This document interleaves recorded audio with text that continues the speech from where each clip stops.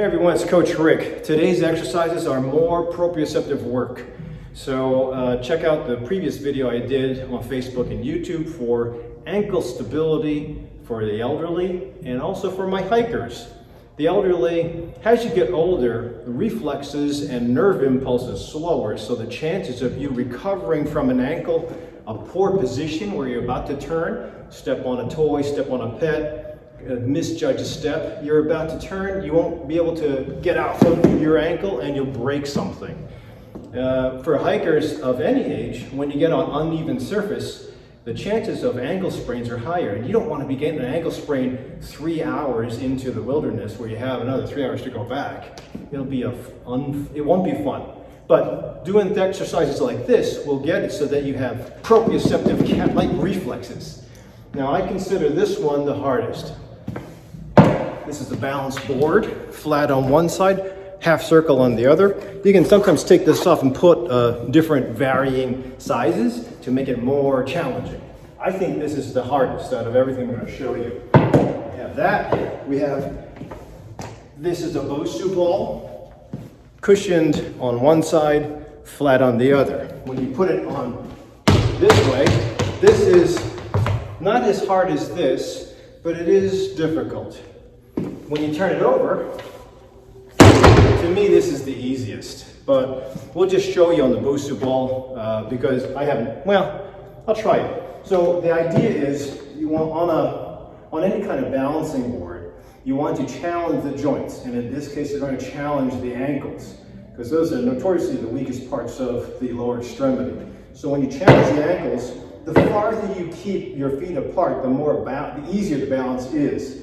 And again, this piece of wood is very small, so put your feet on one side, your foot on one side, the opposite foot on the other, and you try to get your weight into mostly your heels, and you try to balance by keeping the edges off of the ground. So I can hold it for a second or two.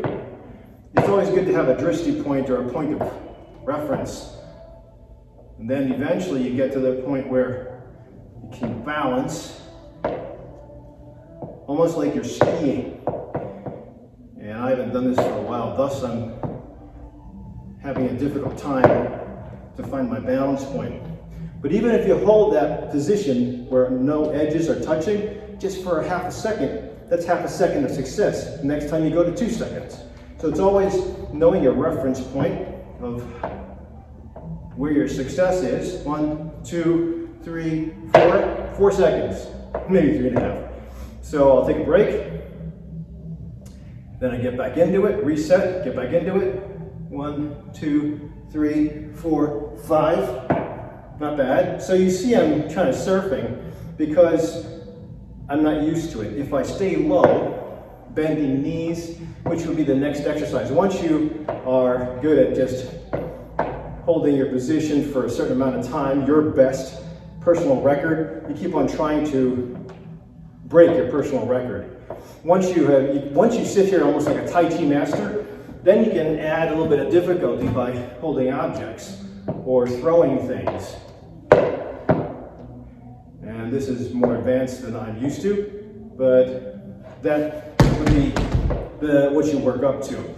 And then eventually one leg, but that would be a little bit more difficult and higher chance for injury. So having a cane or a walker close by would be important. There you go. So that, and then you'd have to, in yoga, you always have to do the other side. So maybe you'll witness an ankle sprain.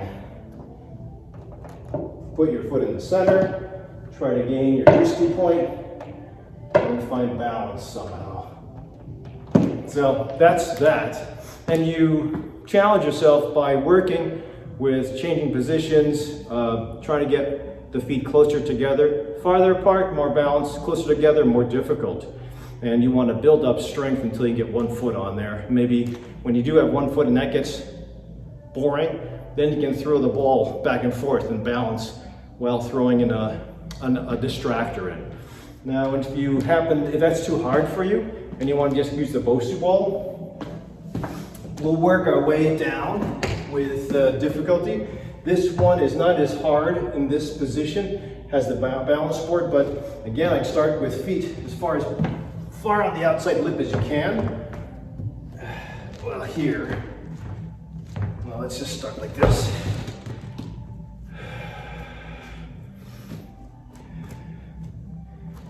And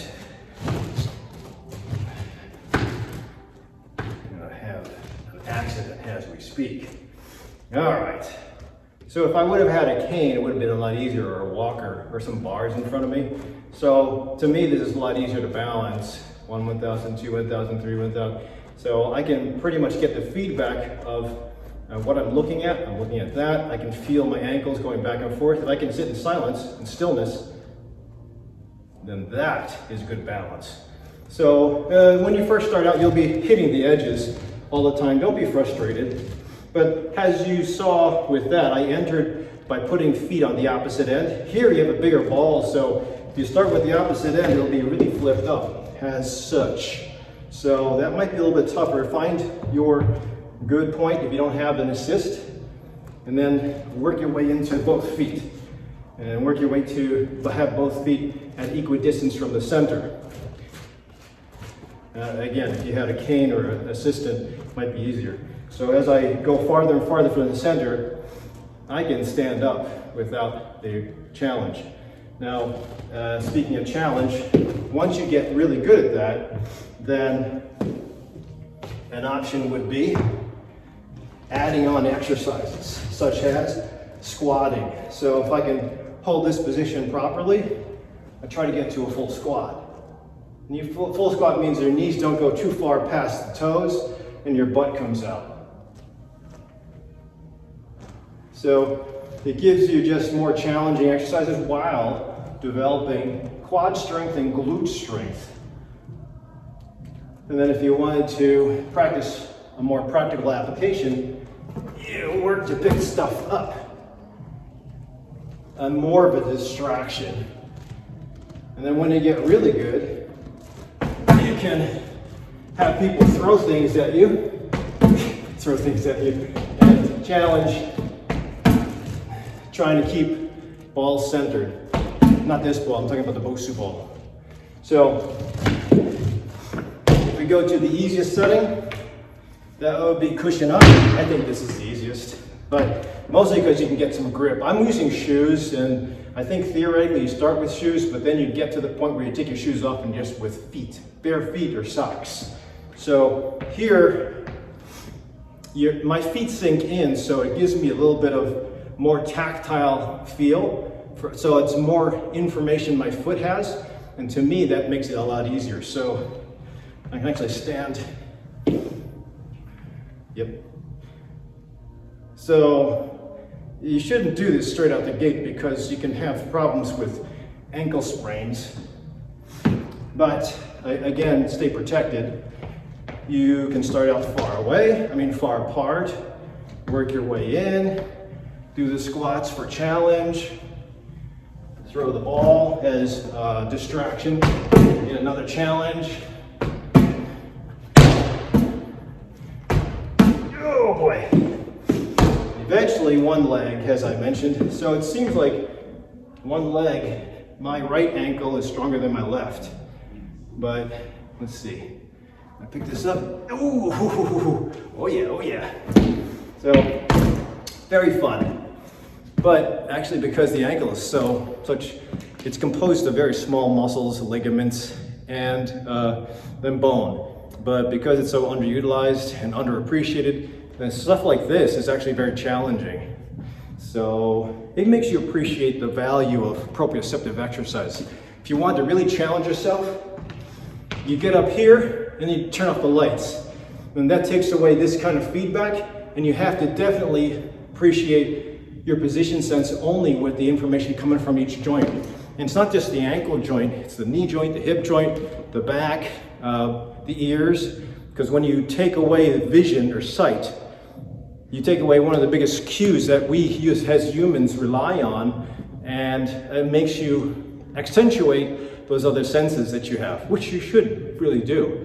Even people that are sighted, they have a better spatial awareness just from listening, from feeling, from smelling, so he can take advantage of all the other senses, grow that part of the brain that doesn't work anymore.